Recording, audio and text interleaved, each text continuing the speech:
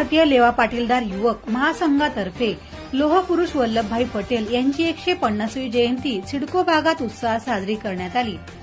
या निमित्त लेवा पाटीलदार समाजाचे जिल्हा प्रमुख तुषार खाचने यांच्या मार्गदर्शनाखाली भव्य वारकरी दिंडीचे आयोजन करण्यात आले होते। सरदार वल्लभभाई पटेल यांच्या प्रतिमेचे पूजन आमदार सीमा हिरे तसेच भाजप नेते महेश हिरे, सुधाकर बडगुजर यांच्या हस्ते करण्यात आले। सिडकोतील त्रिमूर्ती चौक येथून मिरवणुकीला प्रारंभ करण्यात आला।